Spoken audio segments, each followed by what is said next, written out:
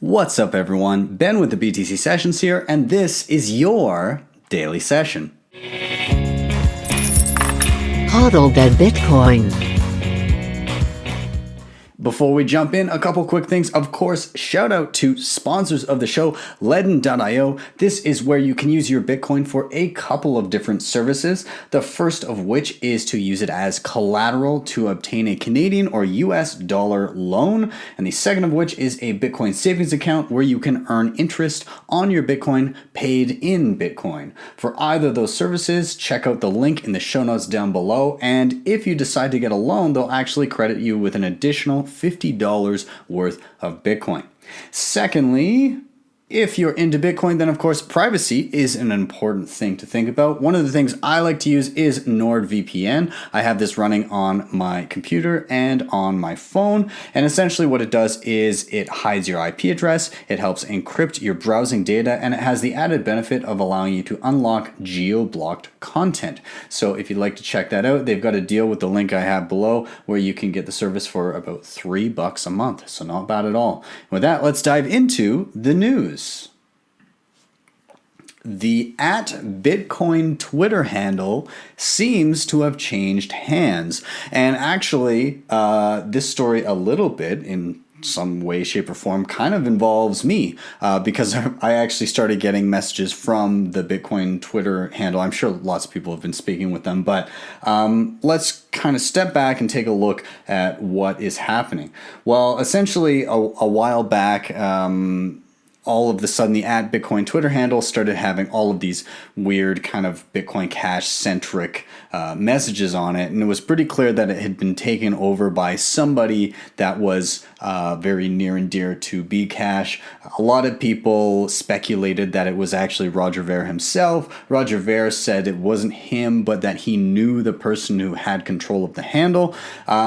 But then as of just the other day, all of a sudden tweets started getting deleted. People started getting unblocked by @Bitcoin. And the reference link, so before it had been changed to bitcoin.com as the link in the title of the actual handle, which of course belongs to Roger Ver and pumps Bitcoin Cash.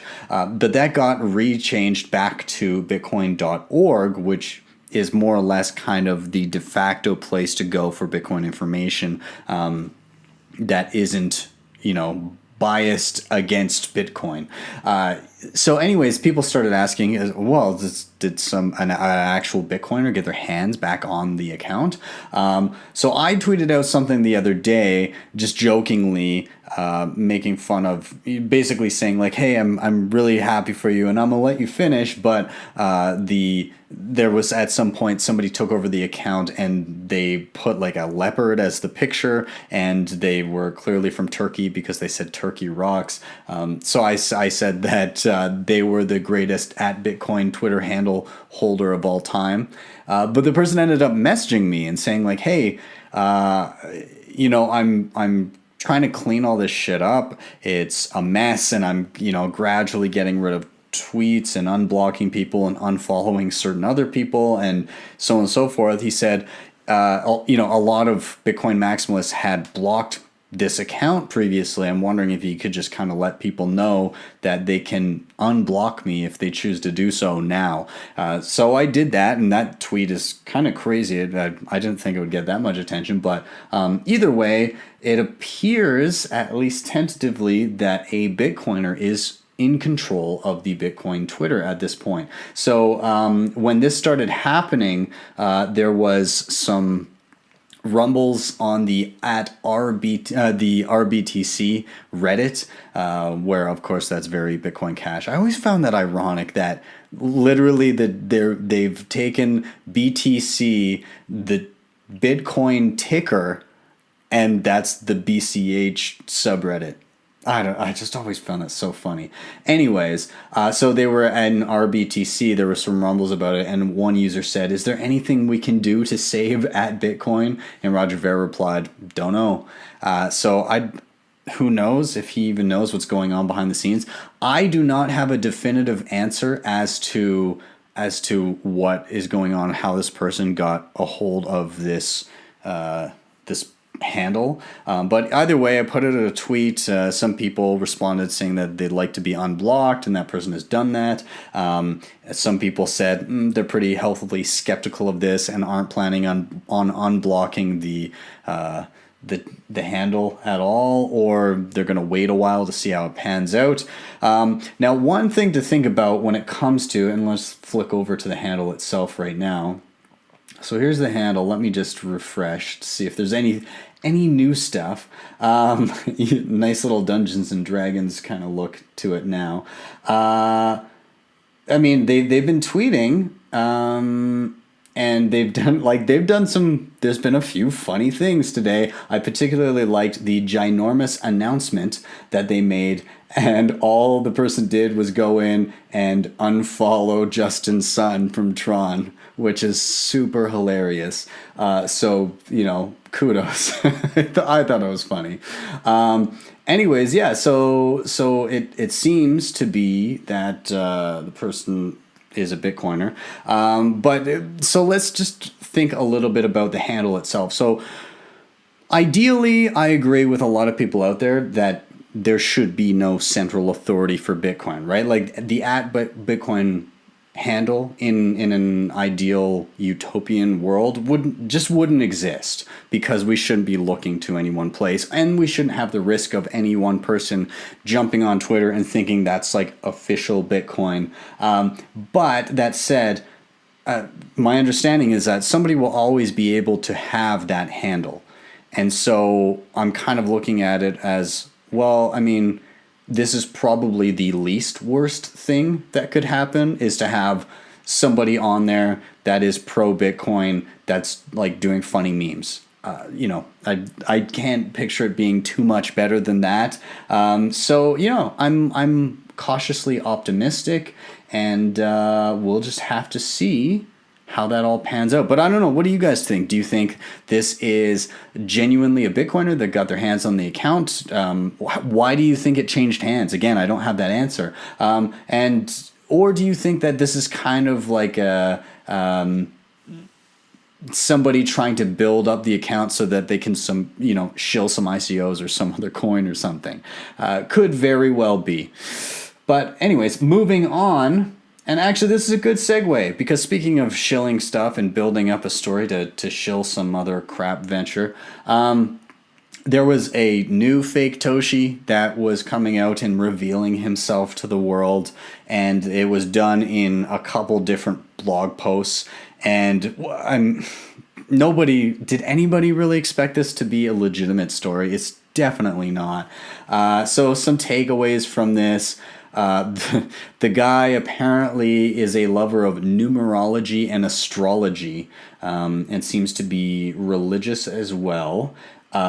He cannot access the 980,000 Bitcoin that he should have access to, which is how many billions of dollars was that? I don't even know. It's ridiculous. Anyways, what he said is he got in the practice of not having extra copies of it and deleting everything for privacy, but that the one computer that he had on it, essentially his hard drive got wiped or whatever, and now he cannot. He basically never will access the coins ever again, which is super convenient, because now he just can't provide that much needed signature to prove who he was. And yeah, I mean, there's really nothing much to say here. It's just, and so at the end, he ended up trying to pump something called tabula rasa, which is a clean slate vision for Bitcoin, which is just so awful. Nobody wants your crappy. Anyways, this is what the guy looks like. He said that his original name is Bilal Khalid, and then he liked the name James Khan, and so he put it all together, and that's what he is, James Bilal Khalid Khan. I will forever be known as Satoshi Nakamoto. Probably not. Anyways, yeah, so Yeah, coming soon. Information on tabula rasa, my clean slate vision for Bitcoin. Nobody cares. Anyways, I'm glad this seems like it's going to blow over even quickly, and people are going to give even less of a shit about this Satoshi than any Satoshi before him. So, yeah, that's that. And finally, I want to jump into this. I wrote this last night. So it was about 2 years ago that Brian Kelly went on CNBC and he broke down what he would like to see in a well-diversified cryptocurrency portfolio. And so I'm going to take you through the post-mortem on what that would have looked like had you actually taken the time to get allocated into what he designated as a good, well-diversified cryptocurrency portfolio. So just to kind of break this down a little bit, obviously I'll have links for this down below so you can read through it and see everything again. But this segment was on August 16th of 2017. I pulled a historical weekly snapshot from CoinMarketCap to get my prices. So that would have been 4 days after this segment. And then the data that I was using for prices was last night. So the 19th. Today is the 20th again, so it would have been exactly 2 years, but a day shy of 2 years.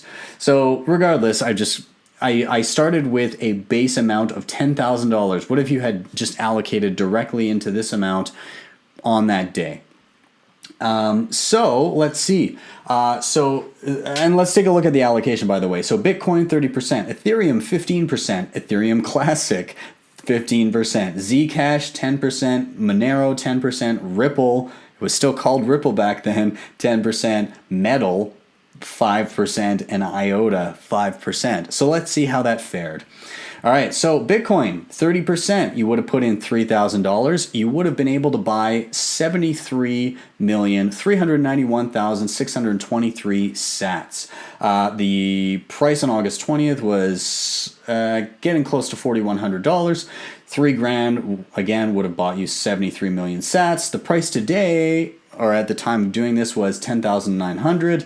You would have been up in dollars 166% for that allocation, and your Bitcoin would now be worth just over $8,000. You'd have the same number of sats. Not bad. Ethereum, you would have put $1,500 into that, or if you were switching from Bitcoin to Ethereum, you would have put 36,600,000 sats into it. Price of Ethereum at the time was $300. $1,500 would have bought you just shy of 5 Ethereum. The price today is around $200, so that's down 33%. Your Ethereum is now worth just over $1,000 from your $1,500, and the Bitcoin equivalent, instead of having 36 million sats, you would have just over 9 million. So you lost 27 million satoshis in that deal. Ethereum Classic. Again, 15%, $1,500. You could have bought 36.6 million sats. The price back then was just shy of $14. You would have been able to buy 107, almost 108 ETC. Today, the price is $555, which is down 60%. Your Ethereum Classic is now worth $600 versus your $1,500, and you would only have just under 5.5 million sats, which is down 85%. You lost 31 million satoshis. Zcash, you would have put 10% or $1,000 into that. You could have bought 24.4 million sats, but instead you bought 4.148 Zcash. The price today is now $54, which is down 77%. Your Zcash is now only worth $224 out of your $1,500. And your Bitcoin, it would have only been worth 2 million sats, which is down 91%, getting close to 92%. So you lost 22.4 million satoshis in that one. Monero, you would have also put 10%, $1,000 into that one. You could have bought 24.4 million sats for that. The price back then was $54.71. $1,500 would have bought you just over 18 Monero. The price today is actually 88.85, so that's actually up 62% in dollars since then. So your Monero would be worth about $1,600 out of the 1,000 that you put into it, so not bad. The Bitcoin equivalent, however, would be worth 14.8 million. So 14.8 million Satoshis, which is actually down 39%. So you still lost 9.5 million Satoshis even though you're up in dollars. Ripple. Okay, you would have put $1,000 into Ripple. Again, you could have bought 24.4 million sats with that. The price at the time was 16 cents. $1,500 would have bought you around 6,250 XRP. The price today is 28 cents. So you are up 75% from that particular date in dollars. Your XRP is worth $1,750. So again, you're up $750 from there. However, your Bitcoin is now only worth, or the BTC equivalent is now only 16 million sats, which is down 34%. You still lost 8.4 million Satoshis in this deal. Now, metal. Oh, this is the worst one. So, metal, you would have had an allocation of only 5%. Thank Christ, because you could have bought 12.2 million Satoshis with that, but instead you would have bought 53.4 metal. The price today, compared to before, it used to be at $9.36. Today, it is 34 cents. That's a loss of 96.37%. Your metal is now worth $18 out of your 500 that you put in. Your Bitcoin, instead of having 12.2 million sats, you now have 166,000 Satoshis. That's a loss of 98.64% of your Bitcoin. You would have lost 12 million Satoshis, basically the whole lot on that one. And just to add insult to injury, IOTA, you would have an allocation of 5% or $500. You could have bought 12.2 million sats. The price back then was 94 cents. $1,500 would have bought you 532 IOTA. Price today is 25 cents, so it's down 73.4%. Your IOTA is now worth $133 instead of 500. And your Bitcoin equivalent is 1.2 million sats versus the 12.2 you put into it. So you are down 90% from that. You lost 11 million Satoshis. And let's take a look at the whole picture. Your initial investment was $10,000. Your portfolio today is now worth $13,355. So overall, you are actually up 33%. Your Bitcoin, however, had you just bought Bitcoin, you would have been able to get 244 million sats, 2.44 Bitcoin. However, now you only have 122 million Satoshis, which is 1.22 Bitcoin. So you lost 122.1 million Satoshis, which was 49.95% of your Bitcoin. Basically, half of your Bitcoin got wiped out by having this portfolio. So I went into a few things. What can we learn here? Now, number one, yes, you are up in dollars, but it's very easy to kind of glaze over and just say, well, I'm up overall, so it's fine. Where did those gains actually come from? Only 3 coins here made you money.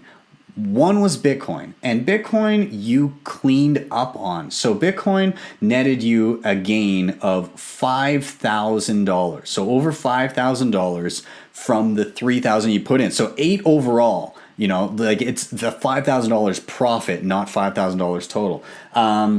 Ripple, while you were up, it made you $250. And Monero made you less. It made you $124. That barely made a dent in the losses incurred by all of those other coins. So all of those other coins combined lost you $3,000, $3,023 to be a bit more exact. So the only reason you didn't lose money is because 1, you had Bitcoin to begin with, and 2, it was the largest allocation out of your entire portfolio at 30%. If you had less, you would have been not doing so hot. So again, you lost 122 million sats. Had you just bought Bitcoin and parked it in Bitcoin, instead of having a portfolio of, what was it, 13,300, you would have a portfolio of 26,600. So you'd essentially have double if you had just stacked sats and ignored the noise. So yeah, the reason I did this is because I think it's important to look at the postmortem and say, what has been the good advice over the past number of years? Sure, you may have timed the odd shitcoin extremely well, but only really if you got in super early in some sort of a pre-sale where not everybody had access, or you just lucked out and bought something that suddenly got attention later. But more or less, it was a goddamn minefield out there, and if you did make gains, they were minimal.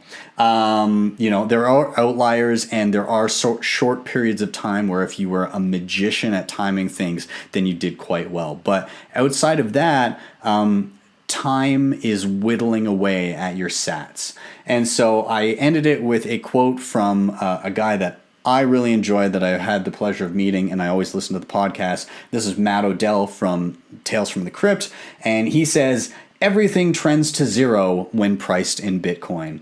And I think over time that will become more and more true. So I do link to a spreadsheet that I used to put all this together here. I invite you to take a look at it. I did do it late at night last night, and I was pretty tired, so there may be a couple fudging of the numbers here and there, but I think that the trend more or less will be intact when it comes to this. So let me know what you think. And also let me know how your you don't have to dox yourself or anything, but let me know how your portfolio has fared, if you've held on to a number of altcoins, and how that's impacted your Satoshi allocation over time. And I think I'm going to wrap it there. Thank you guys so much for watching. Of course, if you're new here, hit like, subscribe, and share. If you want to help out the show in another way, both the sponsors I mentioned at the beginning, Ledn for the loans or NordVPN for the VPN. Those links are down below. And if you really like what you saw, you can always drop me a Lightning Network tip at my tipin.me page right here. And with that, I am out. Thank you guys again, and I will see you tomorrow for your daily session.